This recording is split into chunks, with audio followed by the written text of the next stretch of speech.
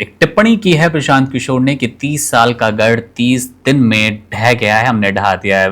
वैभव, आखिरी प्रश्न के लिए आऊंगा आपके पास, और सबसे महत्वपूर्ण प्रश्न है ये इसलिए क्योंकि समझना चाहती है बिहार की जनता, और बीजेपी समर्थक भी समझना चाहते हैं, आखिर बीजेपी से क्या वो 3 गलतियां हो गई जिसने 30 साल पुराना गढ़ छिनवा दिया। और पीके को लेकर आपने तमाम बातें रखी, मैं चाहूंगा संक्षिप्त में आप हमें वो भी बता दें कि पीके की वो 3 बड़े मास्टर स्ट्रोक जिसने बाकी को जितवाया। देखिए, बीजेपी की 3 बड़ी गलतियों की बात करें तो सबसे बड़ी गलती उनकी उम्मीदवार चयन। पहले अक्षय कुमार बंटी को उम्मीदवार बनाना, फिर उनका बहुत ही जोर-शोर से भव्य तरीके से पर्चा दाखिल करवाना, फिर उनका पर्चा वापस लेना, फिर नीरज कुमार सिन्हा को उम्मीदवार बनाना। नीरज कुमार सिन्हा अक्षय कुमार बंटी की तुलना में अगर उनका व्यक्तित्व आप देखेंगे तो वो कहीं नहीं ठहरते थे प्रशांत किशोर के सामने। तो पहला उम्मीदवार का चयन गलत। दूसरा, अति आत्मविश्वास बीजेपी के साथ जो था कि हम यहाँ पर जीतते आ रहे हैं, जीत लेंगे आसानी से, हमें कोई फर्क नहीं पड़ने वाला।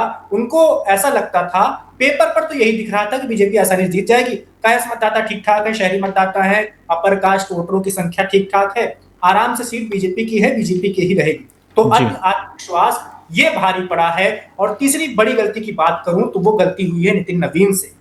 आप भारतीय जनता पार्टी के राष्ट्रीय अध्यक्ष हैं, आप विश्व की सबसे बड़ी पार्टी के प्रमुख हैं, आपके परिवार के पास ये सीट पिछले 30 सालों से थी। कम से कम थोड़ा बहुत तो काम कर लेते, आधार मजबूत कर लेते, कुछ ऐसा कर लेते जिसको दिखाकर आप वोट मांग पाते। अगर बिल्कुल। आप सड़कों की स्थिति नहीं ठीक कर पाए, विद्यालयों के स्कूल की जो इमारतें हैं उसको मरम्मत नहीं करवा पा रहे, आप नाली गलियां सब गंदी पड़ी हुई हैं, तो आपने 30 साल में किया क्या है? आप 30 साल में कुछ ठोस काम करते तो आज बीजेपी को ये दिन नहीं देखना पड़ता। तो तीसरी गलती तो ये थी कि आपके पास 30 साल विधायकी थी, विधायक का फंड था, लगभग समय आपकी सरकार भी थी, 2005 तक छोड़ दें उसके बाद तो आप कुछ काम करते तो उस काम के आधार पर आप इस चुनाव में वोट मांग सकते थे। आपको पुराने समीकरणों के भरोसे नहीं रहना पड़ता। तो ये हो गई बीजेपी की 3 गलतियां। जी। अब आते हैं पीके के पक्ष में 3 कौन सी बड़ी बातें गई। देखिए, पीके के पक्ष में सबसे बड़ी बात गई टाइमिंग। पीके ने 1 मिनट भी इस बात को सोचे में नहीं लगाया। जब राष्ट्रीय अध्यक्ष बनाया गया नितिन नवीन को, तभी पीके की टीम ने फैसला कर लिया था कि उपचुनाव होगा और उपचुनाव में पीके ही लड़ेंगे। तो बिल्कुल। पीके ने 2025 वाली गलती नहीं की, उन्होंने तुरंत ये फैसला किया। वो चाहते तो किसी और उम्मीदवार को उतार सकते थे, उनकी पार्टी में बहुत सारे उम्मीदवार हैं, या किसी और सामाजिक इंसान को लाकर रख देते, कोई डॉक्टर जैसे, कोई इंजीनियर जैसे उन्होंने 2025 में किया था, किसी को उम्मीदवार बना देते, उसके पीछे खुद खूब मेहनत करते। लेकिन उन्होंने कहा नहीं, मैं खुद लड़ूंगा। तो उन्होंने सबसे पहला काम ये किया कि उन्होंने ये चैलेंज स्वीकार किया, ये चुनौती स्वीकार की कि मैं बीजेपी के गढ़ में जाकर बीजेपी को चुनौती दूंगा। उनकी पहली बात जो उनके पक्ष में गई, लोगों को लगा कि देखो ये होता है नेता। जहां बीजेपी 30 सालों से नहीं हारी, वहां आके पीके अपना पहला चुनाव लड़ रहे हैं, उनको कितना बड़ा इससे नुकसान झेलना पड़ सकता है अगर वो हार जाएं तो पीके ने जोखिम उठाया, पहली बड़ी बात। दूसरी बड़ी बात, पीके ने बीजेपी को बीजेपी के जाल में फंसाया। बीजेपी अपने आप को बूथ वाली पार्टी मानती है, पन्ना प्रमुख, बूथ प्रमुख, मंडल अध्यक्ष, ब्लॉक अध्यक्ष, तहसील अध्यक्ष, तमाम अध्यक्षों की जो फौज होती है, लाखों कार्यकर्ता जो होते हैं, उसको पीके ने बहुत अच्छे से भुनाया है। हर बूथ पर कड़ी टक्कर दी है पीके ने। सिर्फ 30 दिन का समय था पीके के पास, पीके ने खुद ही कहा है। उपचुनाव की घोषणा और मतदान होने तक का अगर आप समय देखेंगे तो एक मुश्किल से 1 महीना ही था।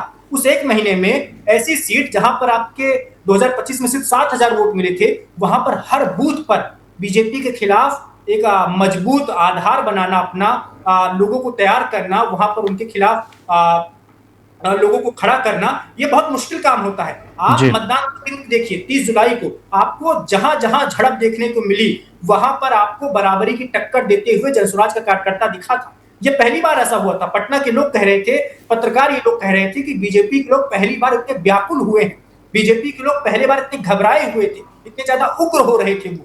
तो पीके ने बहुत अच्छे से इस चीज को भुनाया। उन्होंने हर बूथ पर बीजेपी को बीजेपी की रणनीति से ही मात दी। और तीसरी बड़ी बात जो पीके के पक्ष में गई है, वो है पीके ने पुलिस की कार्रवाई को भी अपने पक्ष में भुना लिया। पहली बार ऐसा बिहार की राजनीति में पिछले 20 सालों में हुआ था। जब तक नीतीश कुमार सीएम थे, तब तक पुलिस का इतना राजनीतिक प्रयोग नहीं देखा गया था कि पुलिस मतगणना वाले दिन अपनी ताकत का इस्तेमाल करके किसी खास पार्टी को मदद पहुंचाने की कोशिश कर रही हो। ऐसा कभी नहीं देखा गया था। इस चुनाव में ऐसा देखा गया है। सीधे तौर पर जिला पुलिस के जो प्रमुख हैं उनके ऊपर आरोप लगे, स्थानीय स्तर पर पुलिस के जो लोग हैं उन पर आरोप लगे कि वो या तो कहीं पर मतगणना को मतदान को धीमा करवाने की कोशिश कर रहे हैं जहां पर बीजेपी की वोटर नहीं है, या फिर जनसुराज के कार्यकर्ताओं को डिटेन किया जा रहा है बड़ी संख्या में। वैसे कार्यकर्ता जिनके पास खुद का 50-60 वोट है उनको डिटेन किया जा रहा था पुलिस के द्वारा, नजरबंद किया जा रहा था, उठाकर कहीं और लेके जाया जा रहा था गाड़ी में बिठाकर, वो सब पुलिस ने किया। पीके ने बहुत मजबूती से, बहुत चतुराई से इन सभी चीजों का सामना किया। तो उन्होंने बीजेपी की सम्राट चौधरी वाली सरकार वाली पुलिस का जिस तरह सामना किया, उनका वीडियो भी वायरल हुआ था, जैसे वो थाना अध्यक्ष के सामने बैठकर बातें कर रहे थे, वो वीडियो भी काफी वायरल हुआ था। ये सब पीके के पक्ष में गया है। तो ये 3 बातें मेरे हिसाब से, मेरे आकलन के हिसाब से बिल्कुल ज़ाहिर तौर पर ज़मीनी मेहनत नजर आई प्रशांत किशोर की ओर से। 30 दिन का वक्त जो कि उन्होंने अपने फर्स्ट रिएक्शन में, पहले बयान में बताने की कोशिश की कि 30 साल का गढ़ मैंने 30 साल में कैसे खत्म कर दिया। बांकीपुर की जनता की जीत है और जैसा कि चुनाव प्रचार के दौरान हम लोगों ने जो बात रखी थी, ये विधायक बनाने का चुनाव नहीं है, ये भाजपा के केंद्रीय नेतृत्व को ये संदेश देने का एक प्रयास है बिहार की जनता के द्वारा कि बिहार में किसी अच्छे व्यक्ति को मुख्यमंत्री बनाइए। आपको जनता ने 202 विधायक जिताए हैं, किसी अपराधी, किसी गलत चाल चरित्र चेहरा वाले व्यक्ति को बिहार का नेतृत्व मत दीजिए, अच्छे आदमी को बनाइए ताकि बिहार में भी शिक्षा हो, बिहार में भी बच्चों के लिए रोजगार हो, बिहार के बच्चों को भी बाहर मजदूरी करने न जाना पड़े। ये संदेश बांकीपुर के लोगों ने दिया है। बाकी विधायक जीतना हारना ये तो राजनीति है, चलता रहता है। जिन लोगों ने मत दिया उनका धन्यवाद कर रहे हैं, जिन्होंने मत नहीं दिया है उनको यही कहेंगे कि आपसे आपका विश्वास जीतने के लिए और मेहनत और प्रयास करेंगे।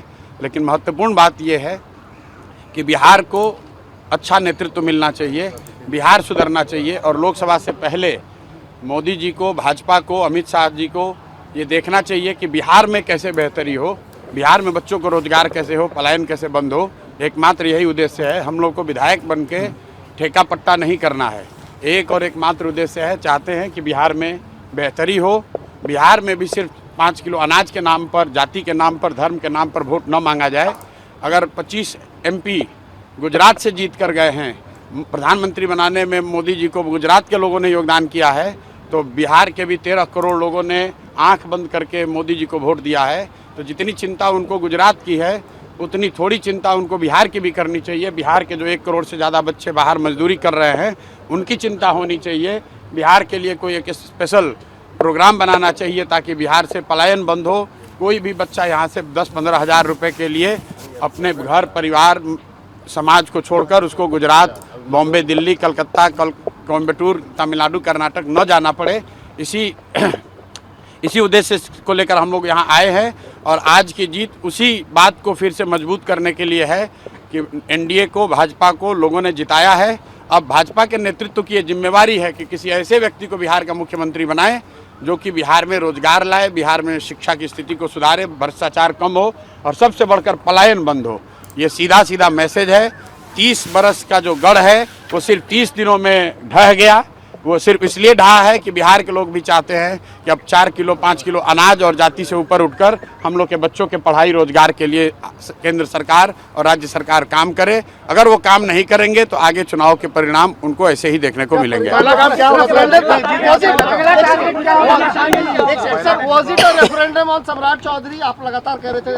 बिल्कुल, देखिए ऐसा है, लड़ाई व्यक्तिगत नहीं है।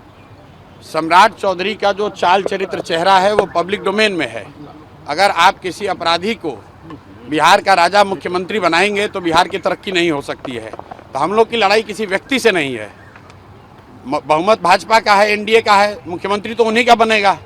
हम लोग बस इतना ही आग्रह कर रहे हैं, बिहार की जनता इतना ही आग्रह कर रही है, बांकीपुर की जनता इतना ही मोदी जी से आग्रह कर रही है कि किसी अच्छे चरित्रवान काबिल आदमी को बिहार का मुख्यमंत्री बनाइए ताकि बिहार के लोग भी इस बात का गौरव, बिहारी होने का गौरव कर सकें, ताकि हम लोग के बच्चों के लिए भी पढ़ाई रोजगार की व्यवस्था हो। सब कुछ सुविधा अगर गुजरात के ही लोगों को मिलेगी तो सिर्फ बिहार के लोग कहाँ जाएंगे। गुजरात के लोग 1 लाख करोड़ के बुलेट ट्रेन पर चलेंगे, वो ठीक है, लेकिन हम लोग को कम से कम पैसेंजर भी तो मिलना चाहिए। बिहार के लोग सिर्फ मजदूरी करने के लिए नहीं पैदा हुए हैं और 5 साल के लिए भाजपा को मैंडेट मिला है उनको अच्छा आदमी देना चाहिए, अच्छे लोगों को मंत्रिमंडल में रखना चाहिए ताकि बिहार की तरक्की हो, बिहार का विकास हो। अगला टारगेट क्या है प्रशांत जी? हमारी पहला काम क्या होगा सर जीतने की जीत के बाद? भाई पहला काम बस यही है कि बांकीपुर की जनता ने जो आशीर्वाद दिया है, अपनी ओर से जो हो सकेगा बांकीपुर में सुधार का प्रयास करेंगे। अगले 2-3 महीने में आपको वो चीज़ दिखेंगी भी। मैं कोई बहुत बड़ी बड़ी बात बोलना नहीं चाहता हूँ।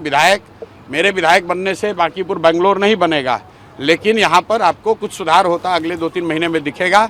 बड़ी बात यह है कि ये चुनाव बांकीपुर के नाली गली पर नहीं लड़ा गया है। ये चुनाव लड़ा गया है कि बिहार का नेतृत्व किसके हाथ में होना चाहिए, और बांकीपुर की जनता ने ये संदेश दिया है भाजपा के नेतृत्व को कि भाई आप अच्छे आदमी को बिहार का मुख्यमंत्री बनाइए। सम्राट चौधरी की जगह किसी कुशवाहा को बनाना है बनाइए, कोई दिक्कत नहीं है, कुशवाहा को ही बनाइए, लेकिन कुशवाहा समाज के ही किसी अच्छे आदमी को बनाइए। हर हालत में बिहार की तरक्की होनी चाहिए, बिहार का विकास होना चाहिए। व्यक्ति कोई जीते, दल कोई जीते, लोकतंत्र है, हार जीत होती रहती है, उससे कोई फर्क नहीं है। Bankipur Subscribe to One India and never miss an update. Download the One India app now.